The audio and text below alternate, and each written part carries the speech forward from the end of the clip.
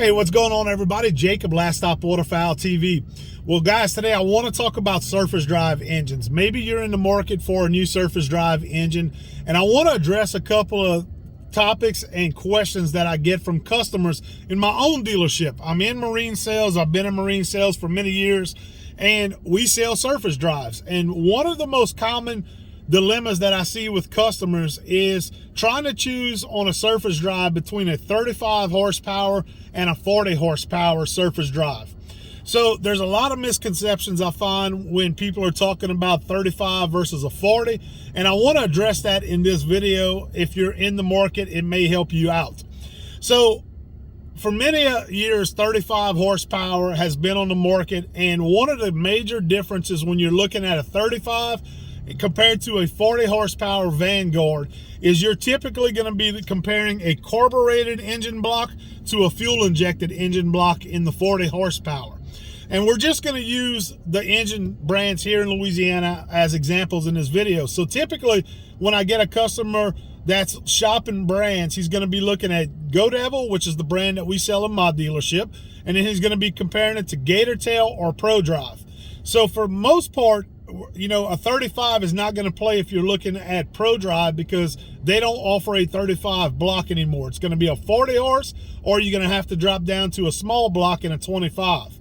So most of the time when they're going to compare a 35 and a 40, it's going to be between a Go Devil and a Gator Tail. Now, like I mentioned, a 35 block is going to be a carbureted block. So oftentimes the dilemma for them, or the reason that they're looking at that 35, is mainly going to be based off of price. That's the number one thing that I see. Typically the 35 horse is going to be a little less expensive than the 40 horsepower. And let's be honest, most people are on a budget nowadays. They're looking for the best bang for the buck that they could get. They think a 5 horsepower difference is not going to make a world of difference in performance when you're looking at a 35 versus a 40. But like I mentioned, the 35 is going to be a carbureted block. So what are the disadvantages of a carbureted block? So the number one thing that I could tell you with a carbureted block is that it's going to be typically cold natured, specifically if you're looking at purchasing one in your colder climate areas. So guys up the flyways that, you know, have freezing temperatures, all that type of stuff, you're going to have to deal with choking the engine, maintaining the engine throughout the year to make sure that that carburetor stays clean. You don't have any kind of bad gasoline in it, any kind of gum buildup, any of that type of stuff. What I do find oftentimes is that a lot of people who hunt with surface drives, they don't use it necessarily as their main boat to fish throughout the summer. They'll use it only for hunting purposes during duck season or deer season or whatever it may be.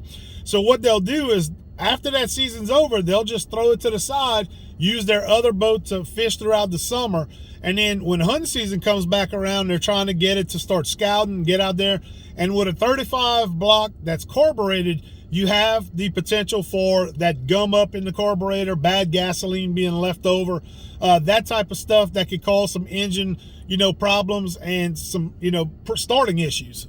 So that's one of the disadvantages of a 35 carbureted versus a 40 block, which is going to be a fuel injected engine. So typically you don't have any kind of choking. You're not going to have to choke the engine whatsoever. And it's typically a lot better on cold starts in colder climates. A fuel injected engine, those of you who have had fuel injected engines, you know that it is much better and more reliable on cold starts. So that's a big difference that I see. Now, we talked about price. A lot of people look at price point. Depending on the engine brand, you're really not going to see that big of a difference between the 35 horse and the 40 horsepower nowadays. It used to be a little bit greater as far as those two sizes went. Now it's kind of closing the gap. You don't see price being so much of an issue.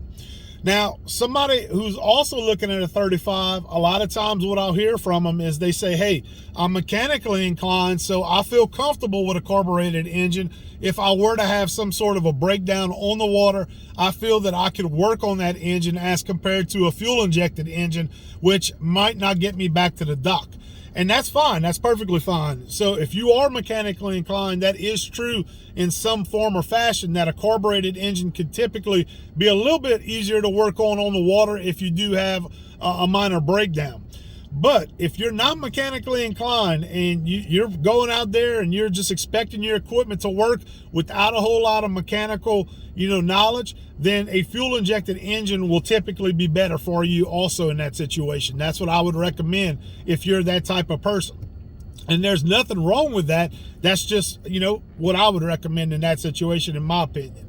So when you're comparing a 40 horsepower to the 35, another thing that you're going to notice is it's going to be RPM range. So on a 40 horsepower block, you're going to turn a higher RPM range than you will on a 35 carbureted block. So therefore, typically you have a little bit more torque and power, especially when you're in shallow water. You're talking about mud, slop, that type of stuff. You'll typically find that 40 turns quite a bit more RPMs and has more power in that situation. So that's one of the biggest misconceptions too. People don't look at that RPM range and the difference between the 35 and that 40, and that's where they fall short sometimes, and where that 40 can excel in that situation. Now, one of the biggest misconceptions that I hear people talk about is in regards to weight. They typically say, okay, well, if I go with a 35, it's going to weigh less than a 40 will, and therefore it'll make my boat a little bit faster, hopefully. And that's typically not going to be the case. So for example, let's talk about this. Let's take gator tail, okay? So if you look at a 35 XD gator tail and you look at a 40 horsepower gator tail, the weight on that 35 comes in at 297 pounds on that XD model versus the 40 horsepower, which comes in at 300 pounds. So you're only looking at a 3-pound difference, and that oftentimes shocks people when they look at the weight differences, thinking that it'll be greater than what it actually is. When we're talking about Go Devil, maybe you're looking at Go Devil. A 35 F&R Go Devil surface drive comes in at 360 pounds, and a 40 horsepower Go Devil will come in at, guess what, 360 pounds. So you're not any different in weight between those two sizes. So if you think that you're going to get a little bit more speed out of that 35, then guess what, guys? You won't typically in that situation. Now, when we talk about speed in surface drives, that is all relative to the type of hull that you have, to the condition of the hull that you have, what your typical load is that you're going to carry with you. There's a lot of factors that play into speed. Nowadays, I find a lot of people are obsessed with speed when it comes to surface drive engines. That's why a lot of you guys probably put stage kits and upgrade, the carburation systems on them, all that type of stuff, depending on what horsepower you have. But you know what?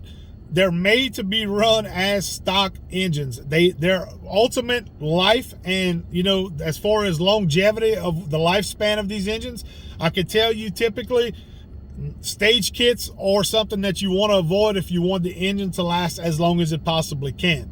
But without going too far into that, the issues that I talked about and some of the questions that I get between a 35 horse and a 40 is some of the ones that I addressed in this video, guys. So if you're looking to purchase a new motor this year and you're considering a 35 versus a 40, then honestly, if it was me personally giving you a recommendation, I would say that you're better off probably going with a 40 horsepower, typically because you're going to have a fuel injected engine, better on cold starts, weighs the same as the 35. You might pay a little bit more for it, but the price is not significant enough to really, see a difference when it comes to speed or any of that type of stuff, and a big price difference in your bank account. Also, I think the 40 horse turning to higher RPMs will give you better performance, and you'll probably be more satisfied with that performance that you see in the 40 horse versus the 35. Now, if you agree with me, guys, hey, great. If you don't, or you have questions on anything that I'm talking about in this particular video that I may have left out or not touched on, leave a comment down below. I'd love to answer them for you, get back with you. But hopefully this helped you if you're possibly looking at purchasing a new engine, or maybe you're just in a situation that you're looking to upgrade from a small block engine to a larger block engine. If you haven't subscribed to the channel, guys, we'd appreciate it if you consider subscribing. And if you enjoyed the video, give us a thumbs up. We would appreciate it. But until next time, this is Jacob with Last Stop Waterfowl Outdoors TV. We'll see y'all again soon. Y'all take care.